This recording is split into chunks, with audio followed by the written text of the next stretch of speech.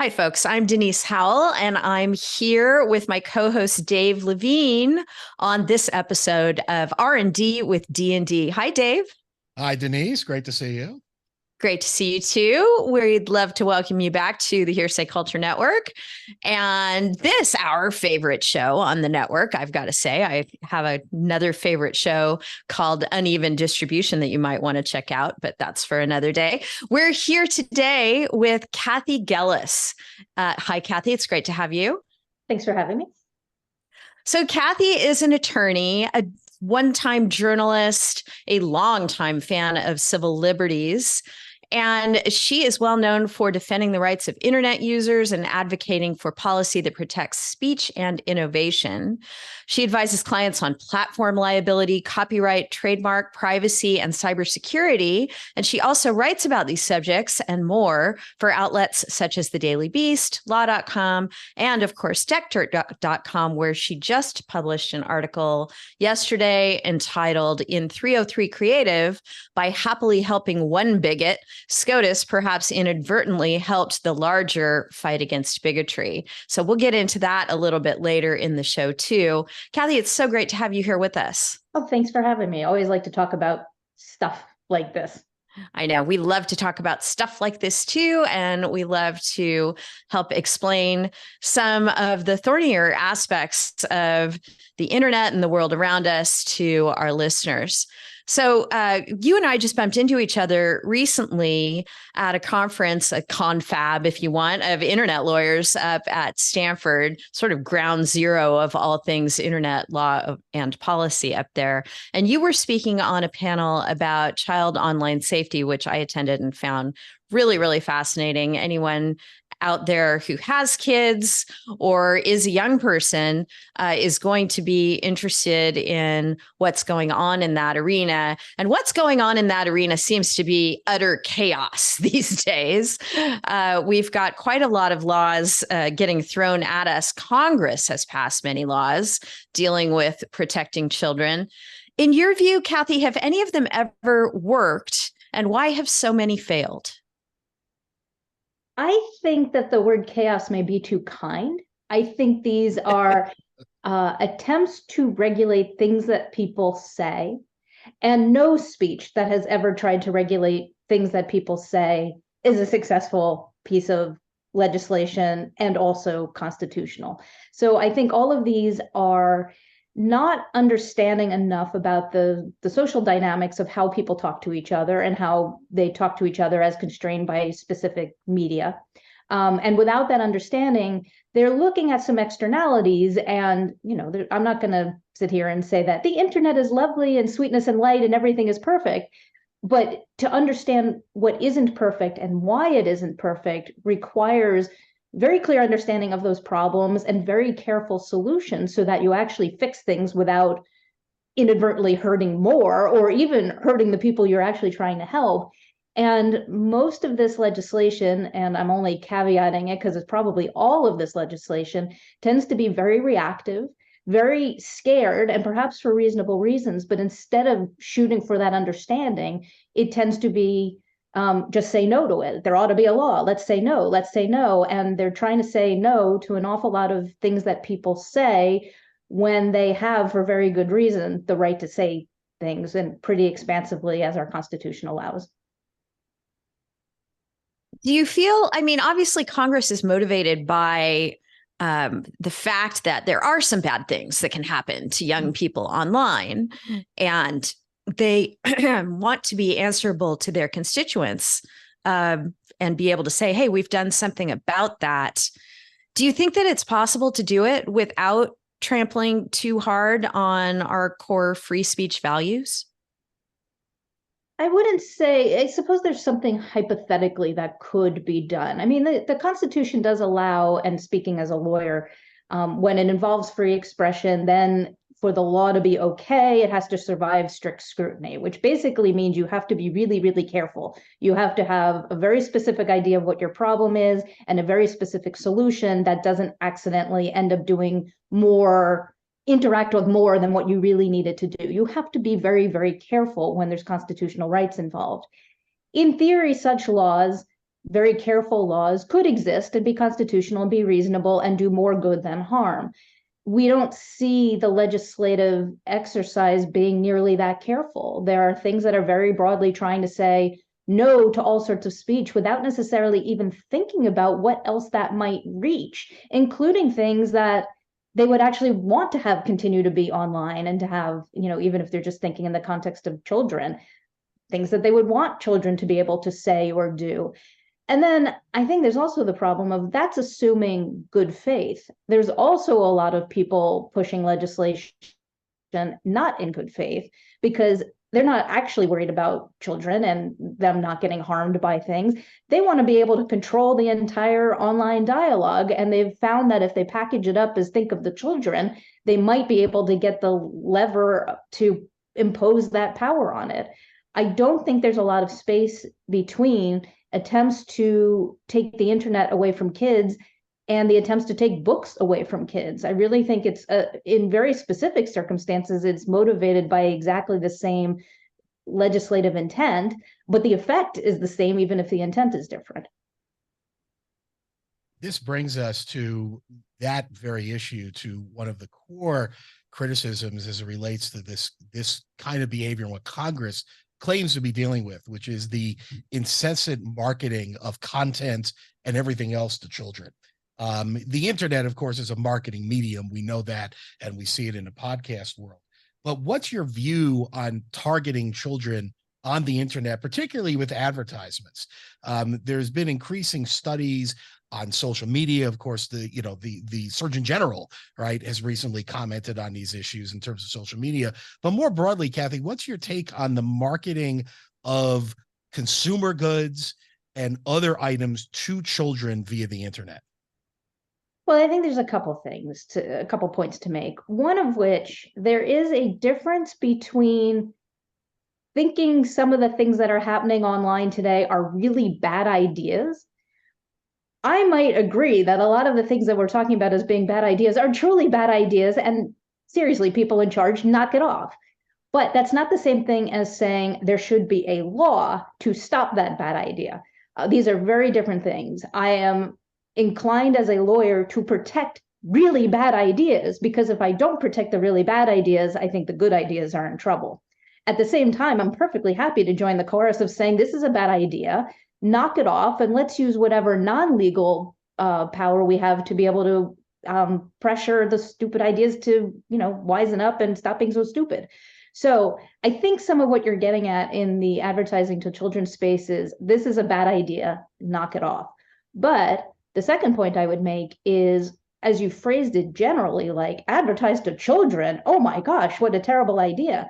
Well, I'm thinking about Saturday morning cartoons where you had kids watching and you put on the little thing about the Crest gel animations where they had the little spaceship that ran around and cleaned the teeth. And that was a cartoon to sell toothpaste to kids. So the idea that you can't advertise to kids, that if we were to say that is the rule, I think we would take out a whole lot of reasonable advertising that we're actually quite comfortable with as a society and possibly need as a society. So again, that's about, if you want to solve a problem, you have to understand the problem and then carefully tailor your proposed solution so that you don't accidentally take away something that you are actually totally fine with and perhaps needed.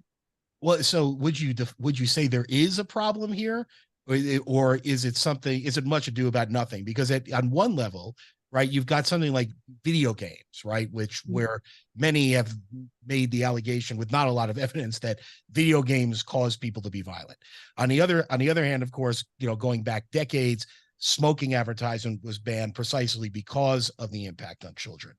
Are those fair comparisons, or is the internet something different? Or is there really not a problem, not only to be solved by law, but arguably not a problem to be solved by the markets or anyone else? Well, I think what you intimated at with the video games is that was a moral panic of, the same with rock music. Like our children, their brains are rotting because of these new cultural things that the grownups don't understand.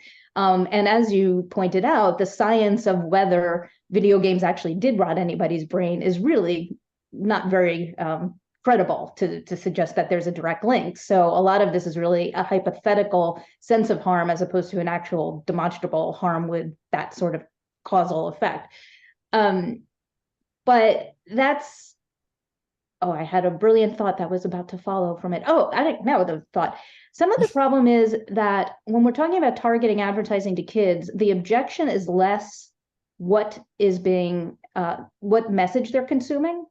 I think a lot of the objection is advertising on the internet, at least, well, in some ways it works exactly the way old school advertising worked. And old school advertising really liked to have a sense of who was watching so that you would sell to advertisers who wanted to target that market. So you would have the Crest cartoons on in the morning when kids were watching their other cartoons, and not necessarily during the Super Bowl or something like that, when you have different people watching different advertisements. And so you've always had the capacity to tailor your advertisement for your demographics as you understood them to be consuming your content. The issue with the internet is the way we track this is a lot more robust in terms of giving the platforms and the advertisers the knowledge of who's watching. And this is leading to tracking. And there are, I think, much more legitimate concerns about tracking younger people. I mean, quite frankly, there's bigger concerns about tracking anybody, but certainly to track younger people. And again, I think we're not being careful with the legislation. Like, to say that that's the problem we want to target, I think leads to slightly different regulatory solutions than to say that you can't give advertisement to kids at all. I mean, one of the ironies with some of these proposals is the way they're making this rule of, like, if you target kids, you can't do X, means that you're actually having to target everybody much more and understand much more about your internet user and require more specific and identifying data from their users. So instead of actually addressing a privacy problem, you've just enhanced the privacy problem. But I think that's that fear of the tracking, I think, is generally motivating more of the regulation in terms of advertisement. In terms of other forms of content, like the general content that you go to a platform for, then I think it might be a little bit more content-based in what the concerns are, but I don't necessarily think that the objections are well thought out. Yeah, and I'd just throw in too that another concern when it comes to the internet or gaming or any of our sort of new media platforms where ads are integrated in a way that doesn't resemble Saturday morning cartoons, where the regular programming ends and then there's a very clear demarcation between your programming and your advertising. Parents are awake now to we're changing the content that we're showing them. Right. So, in today's day and age, it's very hard for adults oftentimes to figure out whether what they're experiencing is some sort of sponsored content or not. And so I think that rightly so, there's attention being paid to, well, we don't want to just delude kids into thinking that this is some sort of I'm not sure the word that I'm searching for, legitimate, unpaid for experience, or whether they're being advertised to. And I think a lot of kids are sophisticated enough to get the difference between those two things. Maybe very, very young kids know, but and maybe we should think about advertising to them differently. But as things stand today, again, back to chaos and the wild, wild west of where we are today, trying to figure out how you're going to thread that needle of, okay, so we're going to have some part of our experience is going to be sponsored and some is not. And, how do we make that clear to every single one of our audience is a challenge. Do you have any thoughts about that?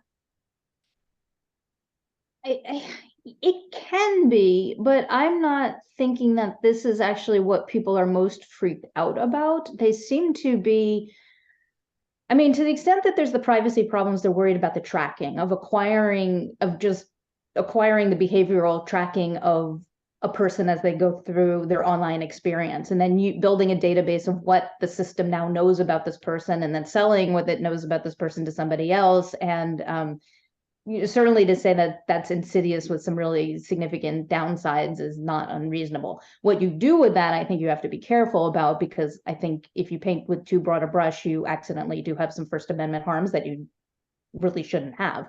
But that alarm is fine. But there's also the people who they're really more bothered by the online experience where, they'll frame it in terms of bullying. And I also can't say that there's none of that online. Of course, there's been that all the time. But there tends to be this assumption that the online experience for all children is so negative, and just overwhelmingly negative at the expense. It almost doesn't occur to people that there's actually plenty positive, and also that it's an important outlet to deal with other dysfunction that kids end up interacting with in their real life. It's all whole and no donut in motivating some of this legislation. And I think that's a problem. There's a lot of donut here, and it's really important. It's something we really enjoy and would miss when we don't have it anymore. Right. Actually, I mean, free speech is more important than a donut. I think this is not I'm killing my own metaphor. I don't think I give the internet enough praise. But the point being, looking at all of a negative thing as opposed to the upside is not a very good way to run a railroad. Right. And I think you're starting to answer my next question. I'm wondering if you ever read a book by Gary Small that was called iBrain. It was published some 10 years or more ago. It argued that children lack the psychological development to handle powerful devices like iPhones and apps and social media, and I guess the internet as well. And physiological development. Also. Yes. Development of the brain. Yes.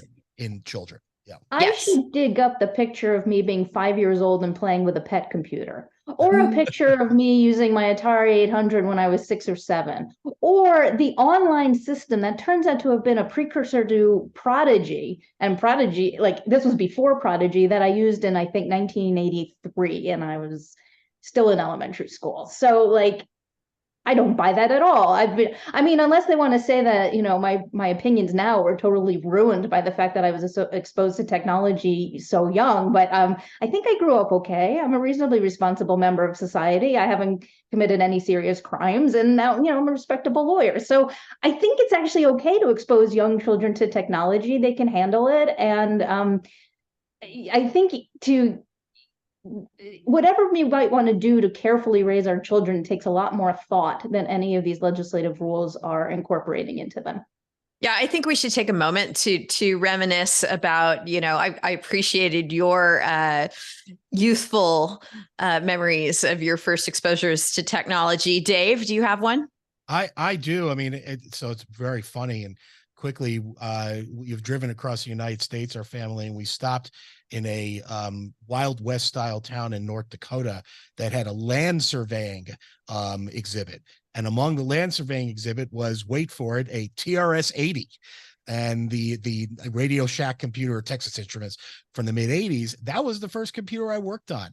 And to my sons, it looked like a relic, and now it's in a museum. But my fond memory of trying to get the TRS-80 to say Dave, Dave, Dave, Dave, Dave on down the screen in basic code is one of the happiest times of my life. Yeah, mine's real similar. I went on a field trip to the Lawrence Hall of Science in Berkeley with my class. I was probably in 3rd grade. And they had, huge room-sized computers there. It might have been a TRS-80, I'm not sure. But they also had dot matrix printers. And what the scientists there were up to with these powerful machines, at least for our purposes as 3rd graders, was creating ASCII art and printing it out on dot matrix printers. And we were so impressed. So I have this other memory that I was in a music class learning how to read sheet music and learning about sharps and flats, and having it explained that you would indicate the sharp or flat in a measure, and then at the end of the measure it would forget it. So if you wanted it to continue, you needed to reapply it. And I just kind of piped up, because at that point we had our Atari 800. I'm kind of like, oh, like a computer if you turn it off. And for me, this was like a logical thought. And everyone just looked at me as like this weird little geeky kid that knew about computers sort of way back before everybody had them in their home. But yeah, I think young brains can understand technology, and I think we don't give them enough credit for understanding it. And we end up making rules that just take away whatever empowerment they actually need to be able to use the technology safely without being hurt by it. So let me follow up there, Kathy, and it kind of gets us to what the law de rigueur on technology, which is Section 230. But before we get there, I do increasingly play the role of the technology skeptic or Luddite on R&D, and so I'm going to play it here for a moment and now kind of counter my own point and yours and Denise's. We're talking about the TRS-80 and other computers that were more or less standalone, at least in the 80s, weren't connected to the internet unless they were very advanced. And now we've got these devices, of course, and you know this argument, that are held in your hand, that can connect you to the entire world, where, as Victor Mayer Schauberger has famously written, nothing can be deleted. How much can we learn in terms of what, in your view, Kathy, in terms of what children can handle with technology from technologies that lack the capacity to do the kinds of things that current technology do, from social media to computing, combined with the fact that it's shared with the world instantaneously? Is it fair to use these comparisons, or do you think there's a technological difference that's worth noting? I think it's fair from a technological perspective. And one of the examples I cited was I was somewhere in second or third grade, and my family was one of the pilot programs for the early Prodigy service before it became Prodigy. And I remember that like it was a bulletin board service. So this was the 80s, and we had a terminal that had connectivity, and that the value you were getting back was how you were participating with the community. And I remember things like you could order groceries, you could draw like ASCII art and have it uploaded to a community bulletin board. I remember the moderation rules that were essentially built into this. And the point being, like, yeah, maybe more people are using it now, but it's a lot less new than people thought about. And that, this interconnected telecommunications technology is something we've been dealing with for a long, long time. In France, they were dealing with Minitel. Like, you could interconnect people with technology, and yeah, it does raise some issues, but the issues are not necessarily new. And treating them like they are new and unprecedented, I think, is a disservice as we try to figure out how to cope with them. I think what gets a little bit more interesting is that the sense of communities tended to be different, and who you could interact with within the world there was a certain scarcity built into relationships, that you had distance and time that tended to slow down your ability to exchange ideas on a regular basis. And how you learn to interact with a distant community, and over time and over space and with more people, there are some interesting things with that, like the way you communicate with everybody. And I think maybe sociologically, we have not quite adapted as well as we might need to figure out what does it mean when you, in theory, can talk to anybody in the world pretty much instantaneously. That's a little unprecedented. I sometimes talk about how, never before in human history have we been able to have all 7 billion of us talk to each other. And it's going to take some time to kind of figure out how to do that without, having the worst of us all of a sudden taint the entire experience for everybody.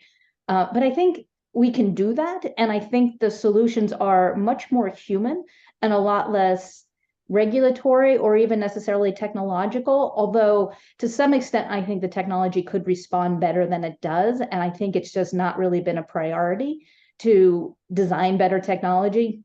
But I do worry that in the absence of, more designers paying more attention to more things, we're trying to use a big regulatory club to force them to. And I just don't think that's actually going to bring about any sort of improvement whatsoever.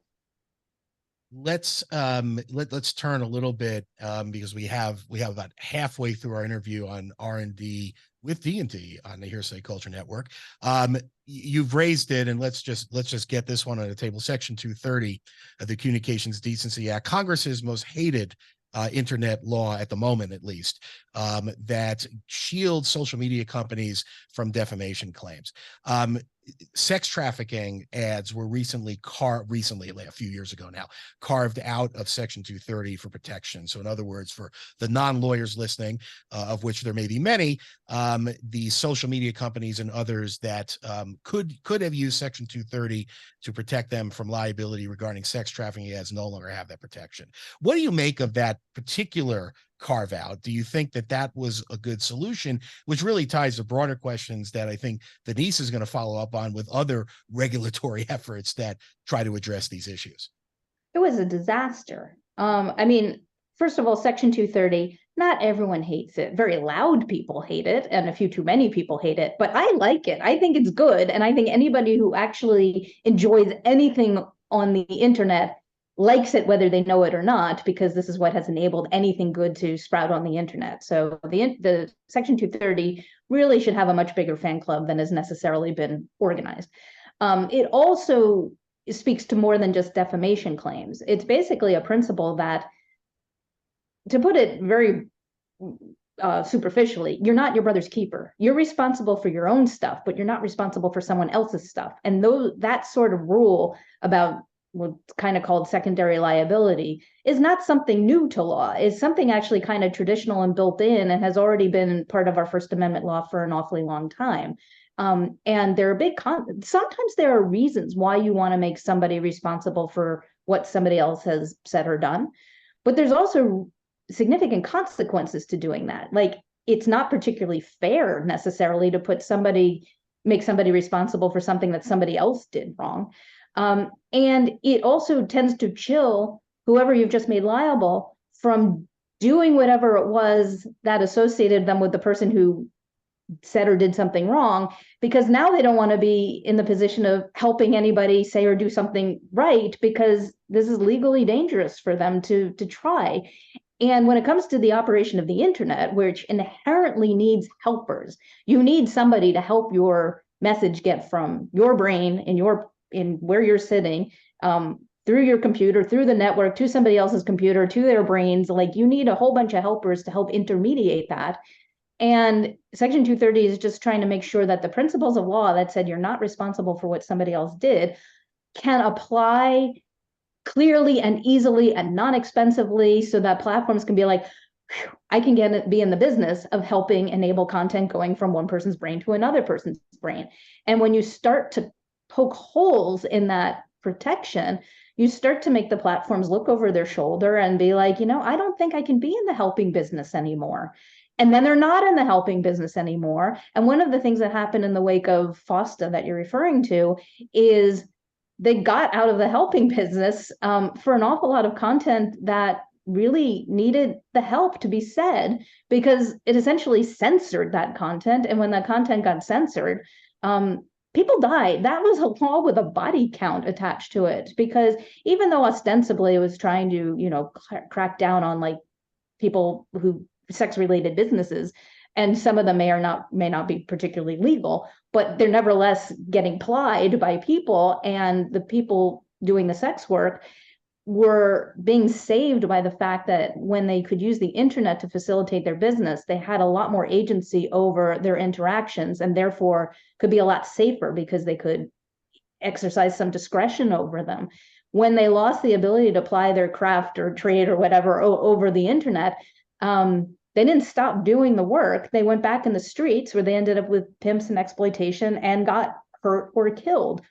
So we didn't solve any problems. And it also ended up driving some platforms to just say no to a whole lot of other content that wasn't even intended to be reached by it, because it was just such a broad brush. So like Craigslist took down personal ads for dating because, oh my gosh, that's adults getting together and eventually having adult sort of relationships, but some of that might be illegal. So we better say no to it, because we can't deal with the risk of not saying no to the right thing. That was a huge problem. It was censorial. It took away people's ability to be massage therapists, because are they really doing massage, or is it massage with quotes? And the platforms are like, just can't take the risk of helping any of it, no matter how legitimate and lawful it is. So it ended up leading to censorship of perfectly lawful speech. So this is a mess. And this is why we need Section 230 if you want to have lawful speech happen, because you have to make it safe for the helpers to help it happen. Right. And didn't it wind up, since we can only apply US laws to websites that operate in the US or have a significant tie to the US, didn't it wind up just driving a lot of that offshore?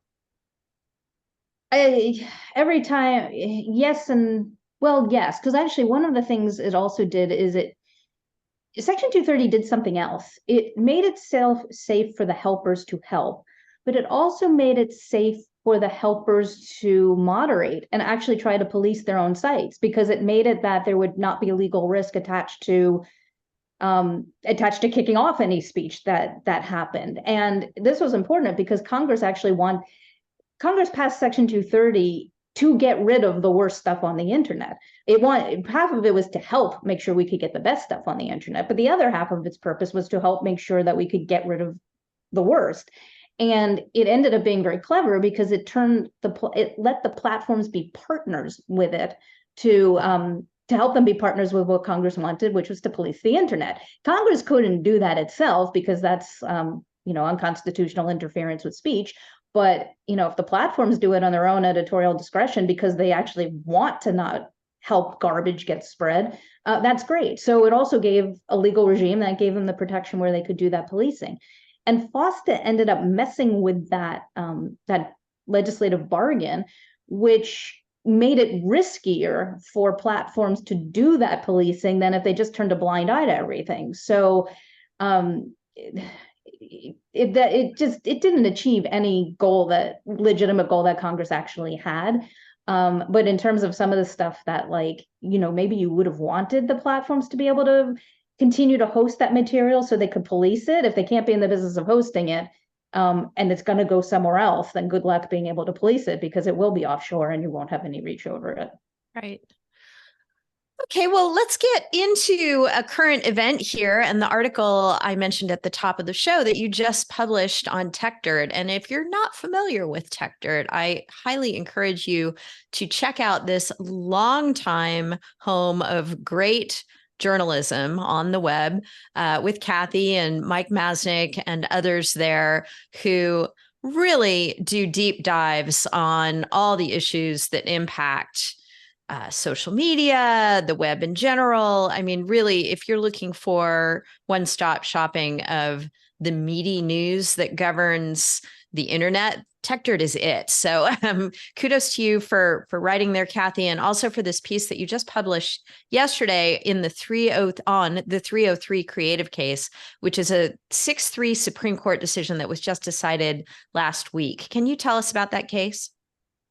Yeah, this is a case where the optics of it are clouding the legal meaning of it, and in ways that I think might be unfortunate, because it ultimately was a good case that protected civil liberties, but not necessarily in an abstract way where, only crappy people get to benefit from it, but in a way that's going to be meaningful for exactly the same people that the crappy people want to hurt. Because we've seen this. This is live. We see bigoted people, particularly and let's speak specifically about those in government that want to change law to make the world fit their bigoted image about how people should be.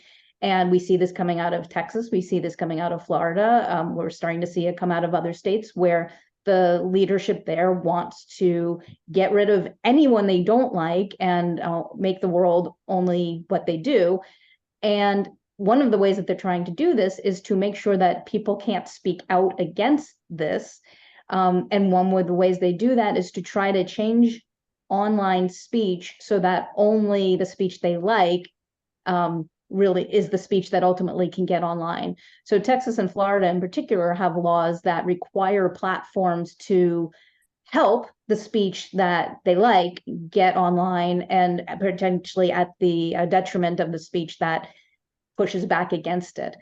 And this decision ended up speaking to the ability of a web designer to refuse to help speech she didn't like. Now, in this particular case, she didn't like speech about gay marriage.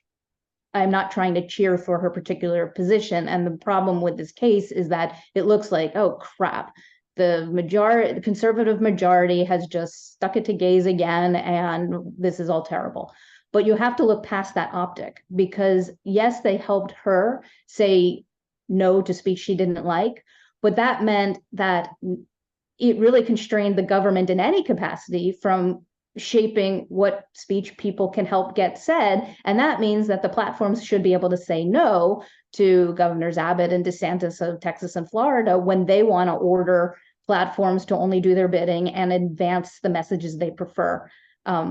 So in the long run, if you're going to push back against bigotry, you really need to have free expression yourself, and you need that free expression to be expansive enough that it can reach the helpers you need to do that speaking.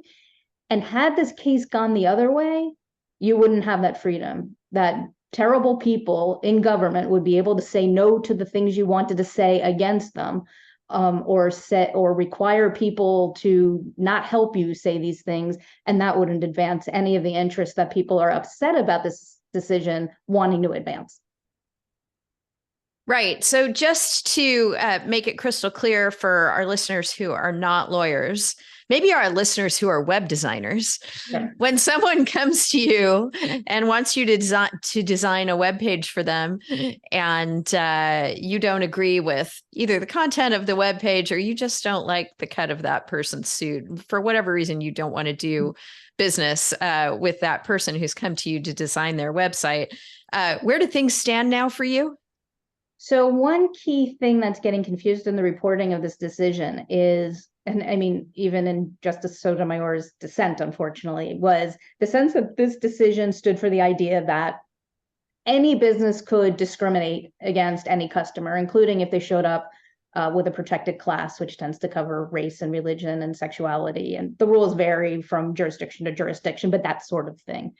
And it doesn't. It doesn't greenlight discrimination of a business that basically provides a standardized product, sells stuff, is a place of public accommodation like that. All that anti-discrimination law stands untouched. This majority may someday want to do away with it, and maybe they will, but they didn't do it with this case. What they did was look very closely at the thing that she was selling was her own expressive services, her own expression, and her own expressive discretion. And that's the thing that the government can't say, no, you don't get to have that discretion anymore because we don't like the message that is driving you. Like in this case, the government shouldn't be able to say you must, well, it shouldn't be able to say no to the things you want to say. But the way this case was teed up is it shouldn't be able to force you to say things you don't want to say. And the court looked at the facts of this, which was Colorado wanted to be able to force her to say things that were celebratory of a gay marriage when she doesn't like gay marriage. And I think our feelings about her opinion have been coloring the fact that it doesn't really matter what she liked or didn't like. It's that she was a person who didn't want to say something. And this case reiterated that everyone has the right to say no and not be forced to say something that they don't want to say. It was really about the message she was asked to convey and not about being in business generally. And I think the reporting and the dissent that reframed it as a general business thing is inaccurate. And it's unfortunate because I think it's a really important decision that for the people who are most upset about this case, it is a decision that really helps them tremendously overall. Thank you. It's confusing, and I'm sure we'll continue to unpack it, and the ramifications of it will continue to play out. Dave, you want to take the next one? Yeah, sure. And just on that point, Kathy, right? It's, the expansion of Supreme Court doctrine into areas that are either not applicable or are beyond the scope of what the court maybe intended is part of the challenge here too, particularly when you seize on, misunderstood phrases like free speech, which is always or almost regularly misused, since time immemorial. These speech issues, though, also arise in the context of, and returning these broader issues, social media companies, right, who have set up at the standard for social media the idea that we are going to allow for sharing. And so we have a short amount of time before we get to our speed round, which is coming up in just a few minutes. So let me ask you this one very quickly. Social media companies, and we've alluded to it, get a lot of criticism for not doing more to filter speech. And then other times, again, without evidence, right? There have been allegations of social media squelch conservative voices, which again has not been borne out. Broad question, particularly in light of the fact that we're recording on July 7th, and just a few days ago, right, Meta launched Threads as a direct competitor to Twitter with allegations which have yet to be proffered beyond a letter of trade secret misappropriation and the like. If you were to prescribe what, if anything, social media companies should do that they're not doing, okay, would there be anything more that you think that they should be doing to address broadly the kinds of concerns that we've been discussing now for about 40 minutes on this show? Well, to think about a blog post I've been chewing on, actually it's a hard question to answer because I feel like I'm getting baited into saying something that like can easily be thrown back on the bumper sticker against me. I don't think well, we're not setting you up for anything. I plan to run for office someday. I don't know. I'm just trying to lay out the groundwork. But I think the problem is, yeah, there's a lot of stuff that the company should do differently or better. But I also think that we are defeated by expectations of them that are not reasonable. That a lot of the criticism of, for example, you said some people complain that they left too much up and some people claim that you took too much down. And you're actually in many instances talking about exactly the same stuff. Right. So if people can't agree, how can the company necessarily do better? Because to do better to please some of the people, they will antagonize the other people. So our concept of doing better is one that I think we have to be much more careful of. At the same time, I think they golden goose their own user communities. I think they don't give them the design tools that would really help them control their user experience as well as they should. I'm just hesitant in necessarily phrasing that because some of the regulatory approaches have been like, let me constrain how you design your website. But one of the other things this 303 Creative case hit on was that coding itself is expressive and therefore the First Amendment governs. So I really worry about the regulation that's like, let me tell you how you lay out your newspaper. Let me tell you how you design your website. I think these things are very similar and all protected by the First Amendment. And so, again, it's the distinction between what do I think should be better about the world or what do I want to complain about versus what do I want a law to do.